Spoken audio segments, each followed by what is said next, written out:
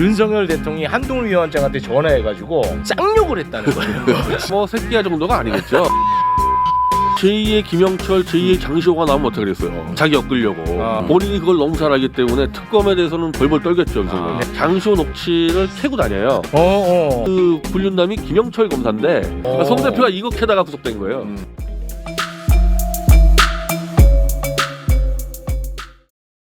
기자회견 가운데 주목하는 부분이 어떤 부분입니까? 저는 뭐 안 봤지만 안 봤지만 원래 사실 윤석열 기자회견을 제가 본 적이 한 번도 없어요. 늘 똑같았기 때문에 스타일이 똑같긴 했어요. 더 볼 것도 없다 싶었는데 보도로 특검에 대해서 얘기만 하긴 했죠. 특검 거의 다 부정했어요. 역시 그냥 거짓말로 다 넘어갔다고 해서. 네. 그러니까 특검에 대해서 잠깐 정리를 하자면 윤석열 대통령이 특검이라는 것은 일단은 수사기관에 수사한 다음에 하는 거다. 너네도 잘 알지 않느냐라는 뉘앙스의 발언을 했거든요. 네. 그러니까 수사를 완전히 뭐 마친 다음에 미진함을 한다고 자꾸 주장을 하는데 맞습니다. 네. 실제로 특검이 그렇게 된 경우는 한 번도 없습니다. 수사를 하다가 네. 딱 보니까 수사를 못해. 힘이 없던지 권력의 외압으로 못하면은 그때 수사가 들어가는데 그 중에서 가장 뭐 윤석열 대통령이 제일 잘하는 게 박근혜 특검 아니겠어요? 본인이 특검 팀이었잖아요. 박근혜 특검이 들어가기 전에 김순환 검찰총장의 특수본이 수사를 합니다. 수사를 해가지고 결론을 냈는데 박근혜까지 뇌물죄로 못 갔어요. 뇌물죄로 못 가다 보니까 난리가 났지. 이제 박근혜 탄핵할 사람들은. 그래서 야, 안 되겠다. 뇌물죄로 엮을 사람 찾아. 그래서 윤석열이 면접을 봐요. 그 녹취가 남아 있는데 특검팀이 들어가기 위한 면접. 네, 제가 볼 때 면접 녹취입니다. 녹취가 이제 다 공개가 돼 있어요. 그래서 야, 왜 뇌물죄로 윤석열이 얘기하는 거야? 뇌물죄까지 거 그냥 엮으면 되는 건데 왜 못해? 진짜야. 그래요. 김수남이 아무래도 그 검찰총장인데 TK 출신이거든요. TK 때문에 못하는 것 같다. 뭐 내가 들어가면 다 엮어버릴 수 있다. 뇌물로 엮으면 되는 건데 뇌물로 좀 엮어가지고 하고 이래야 되는데 박근혜는 어차피 이렇게 됐으니까 저 머리는 가는데 박근혜를 좀 중심으로서 국민들을 조금씩 달래가면서 그래서 뇌물을 넣어놓으면은 박근혜가 나갈 수밖에 없어요. 진술 다 받아가지고 다 엮어서 이렇게 해놓으면은 그러니까 저거를 뭐 뇌물로 엮지를 못한 게 아닐까. 이러고 나서 윤석열이 특검제 4팀장으로 들어갑니다. 들어가서 지금 얘기가 문제가 되는 4팀에 바로 이 김영철이 있는 거예요. 그래서 그 김영철이 장시호를 이제 잡아가지고 장시호의 발언으로 다 엮어버립니다. 증언으로. 그렇게 해가지고 결국 이재용 박근혜를 뇌물죄로 엮어버려서 이게 윤석열의 한 일이에요. 그 본인이 한 거네. 본인이 제일 잘 알지. 본인이 제일 잘 알죠. 본인을 부정하는 발언을 그렇죠. 기자회견에서 한 거네. 공수처가 지금 최상명 같은 경우 수사하고 있지 않습니까? 네. 지금 공수처 제4부가 수사하는데요. 검사가 4명밖에 안 돼요. 원래 3명이었는데 1명 더 추가된 것 같아요. 근데 그게 최상명만 하는 게 아니야. 여러 가지래요. 그럼 사실상 1명이 다 하는 건데 안 되잖아 이게.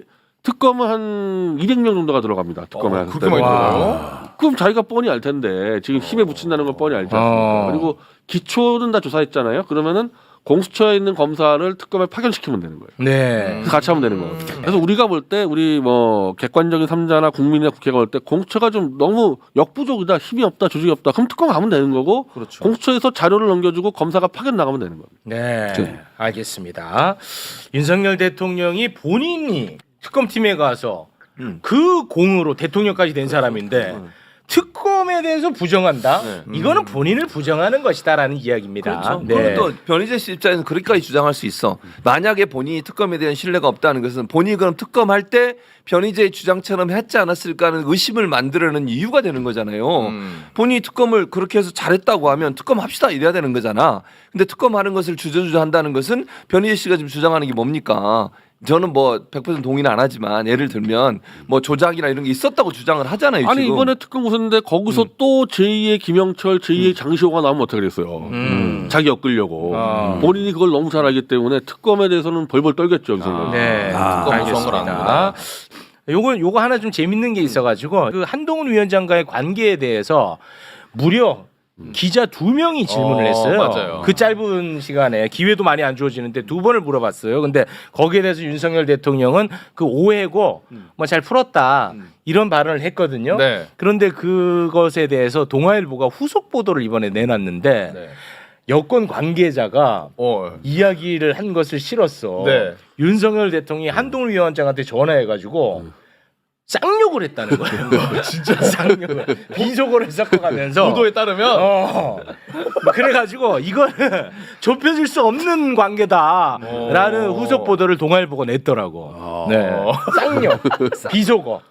그냥 뭐 새끼야 정도가 아니겠죠. 뭐 모르겠어요. 그건 뭐 정확한 내용은. 그냥 뭐 내장을 뭐 꺼내겠다고 이런 식으로 얘기했겠죠. 내장까지 모르겠고. 그 수준까지 갔겠죠. 아니, 내장은 모르겠고 아무튼 그런 후속 보도가 있었어요. 근데 참고로 김영철 검사가 누구냐 이거 좀 궁금하잖아요. 네. 국정농단 당시 특검팀에 있었던 사람이고 특검팀에. 첫째고 저거나 네. 특검팀에 있었던 사람 이거 첫째입니다. 둘째 김건희 여사와 관련한 여러 건을 수사를 한 사람이야.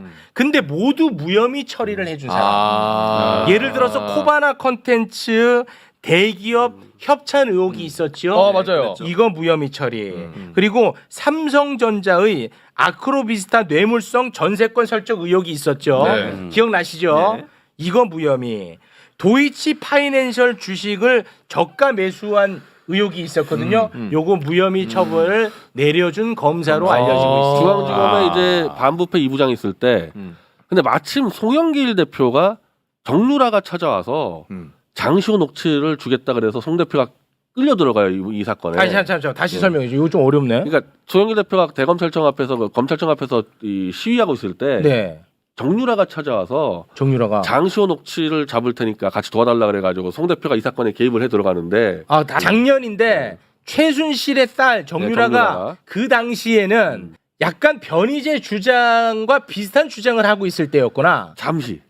어. 나중에는 이제 뭐 소영기를 속이려 그랬다 뭐 그랬는데 어쨌든 그래서 송 대표가 유탐사 연결시켜주면서 장시호 녹취를 캐고 다녀요. 근데 캐다 보니까 그 불륜남이 김영철 검사인데 김영철이 반부패 위자몽으로 송영기를 수사하고 있었을 상황이에요. 이게. 그때가. 진짜로? 이게 일이 발칵 뒤집어쳐가지고 그때부터 갑자기 돈봉투가 아닌 먹사연을 막 뒤지기 시작하더니 진짜? 그래서 제가 공문을 쐈죠 김영철한테. 당신 빠져라. 당신은 지금 이해관계자 해서 빠지긴 빠졌는데 대검찰청 부패 입으로 빠집니다. 위로 올라간 거야. 빠지긴 빠졌는데 그 상관으로. 그래서 결국 송영길 대표는 먹사연으로 구속이 돼버리잖아요. 진짜? 김영철에 의해 가지고 야 이게 연결이 연결되는 거예요. 예. 그러니까 송 대표가 이거 캐다가 구속된 거예요. 그러니까 그렇게 보신다는 거예요. 보신다는 거죠. 예. 오. 그렇게 또 돼 있어? 그때 이런 얘기 왜 안 했어요? 했어요. 했어요.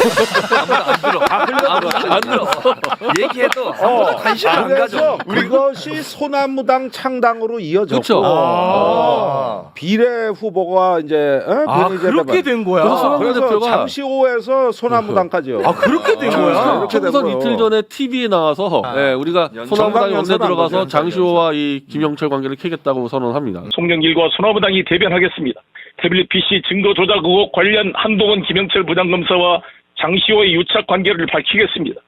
이 정말 심각한 내용이잖아요. 그리고 이 내용들이 사실인지 아닌지 모르겠지만 굉장히 비약은 없어요.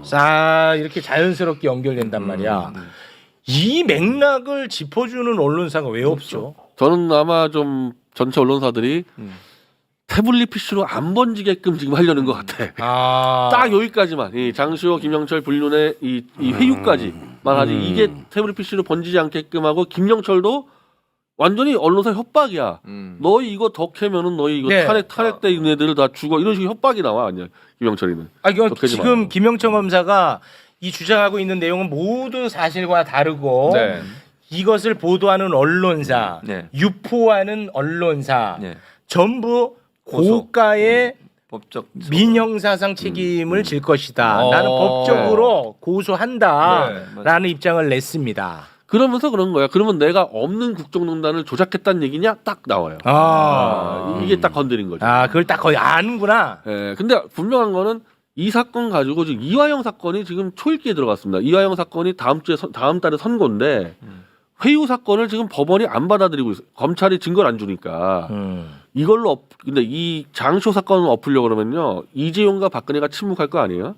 그러면 이 태블릿에 대한 장시호 위증을 그건 거론 안 할 수가 없어요. 이걸로 돌파할 수밖에 없어요.